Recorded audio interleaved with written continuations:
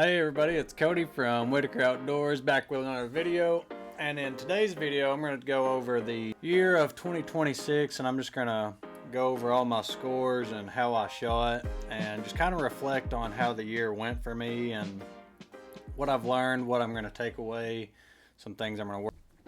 Okay, so just to kind of get a little backstory on some things, this year I shot a class that I've never shot in before. The men's pins 40. Now, why did I shoot this class? Well, for one, last year, for those who may or may not know, I lived in Minneapolis, Minnesota, and obviously I didn't get to travel to any ASAs last year. ASA is non-existent up there. Pretty much all 3D archery is non-existent up there except for some weird outlaw stuff. But I did get to go to some ranges, like lineup bag ranges, and shoot my bow, but obviously I didn't compete. 2024 I shot open 40 and I didn't end the year on a high note. Struggled kind of for the year, and I'd been shooting unknown open 40, open C, whatever you want to call it, for the previous 10 years, whatever. And I just knew at the end of that season that when I did get to shoot again, I wanted a big mental change, a class change. But at the start of this year, I wrote down some goals that I wanted to accomplish for this 2026 season. I'm gonna read over them, then I'll go back at the end and reflect on them a little bit. But probably the number one thing that I wanted to focus on this season was learn to make the exact same shot every single time to the best of my ability, as much as I can. If I can execute a shot 40 times and it's the same identical shot, then I know I will come off the range happy with a good score and put myself in a good place to win. I wanted to make a top 5 finish at an ASA. I wanted to make a competitive run at the Kentucky Shooter of the Year. Now, so what does a competitive run mean? Well, I wrote down that I want to shoot 5 scores that I am proud of. And at that time, I wrote down 5 scores that are even or better. And lastly, I wanted to end the year proud of what I had accomplished this season and that I had fun doing it. Because at the end of 2024, I was just getting really frustrated, and I'm not going to say I wasn't having fun, but it was dwindling. Okay, so for the local qualifiers. Now, as the season is going, I feel like these are way more than what it actually was. I think I counted, I had 10.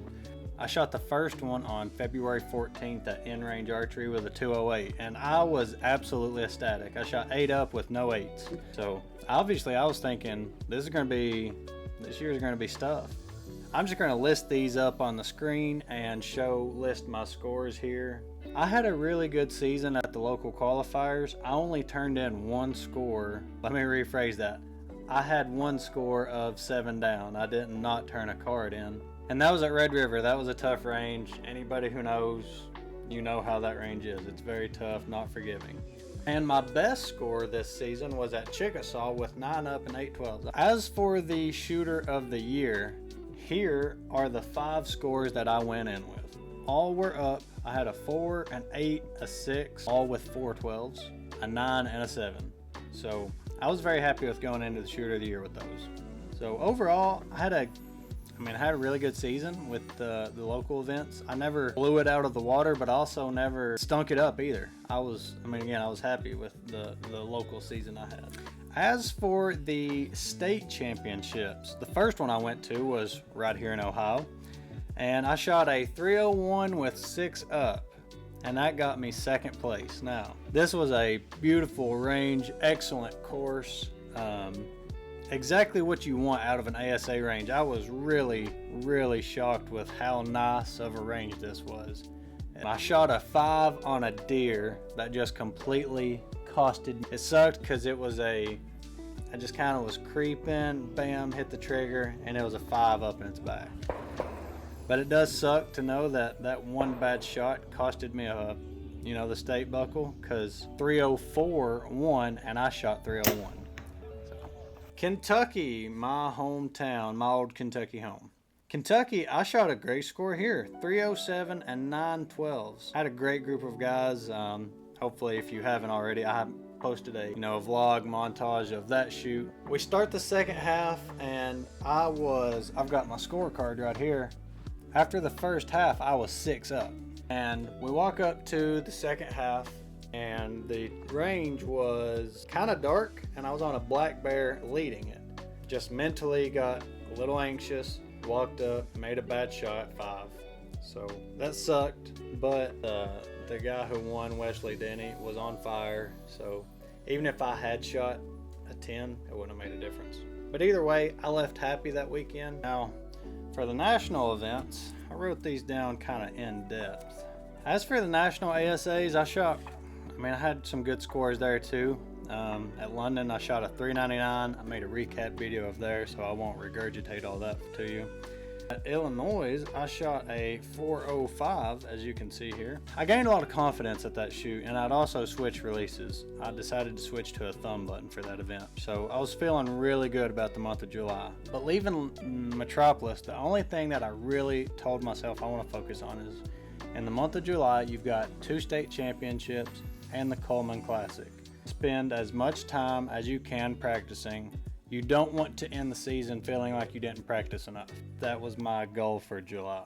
And at the Classic, I shot a 402. Now, at the Classic, I had 39 decent shots and 1 terrible mistake. I had a long deer that I was drawed back on, and I started to creep, and I jumped, and I shot right into the woods with it. I didn't even go look for the arrow. So I shot 196, I believe, on the first day with a blank, and I made up for it in the second round. So when I look at the score of 2 up, I'm not upset about it, but I think about it and I'm like, I could have had more. Also though, I realized at London I had an 8th place, Metropolis I got 10th, and at Coleman I got 10th. So that's 3 top 10 finishes. Granted, they are smaller classes, but still I'm very happy to know that those 3 events, only one of them was down. All of them was a top 10 finish. So I'm personally very happy with that. Now, here's the last piece. Overall, the real reflection is now, didn't achieve the goal of making a top 5 finish at an ASA. I was very close at just a few points out. So I was pretty much right there. I did achieve the goal to make a competitive run at the Kentucky Shooter of the Year. The 5 scores that I shot were all even or better. Actually, none of them were even. They were all much better than that for me. So I definitely accomplished that goal. And more importantly, the biggest goal is I am happy with the year that I had. I had a very good time this year shooting my bow. I probably had more fun shooting my bow this year than I had in years past, just because I didn't have to worry about judging or thinking about how far it was. And also too, I took last year off, so it might be easy to say that I missed it and just wanted to get back into it. But I definitely accomplished more goals than I would have expected, I guess. But I'm very much happy with how the year turned out, and I'm excited for what's to come next year after all these takeaways and everything I'm gonna go with and learn from. And finally, as for next year, I am not going to be shooting the men's Pins 40 again. I just wanted to use this year as get my feet wet again and just have fun again. Cause I 100% miss the long bars, a lens, and just an open setup. So I'm either gonna be shooting known 45 or open 45. I got some buddies that are trying to steer me one way over the other.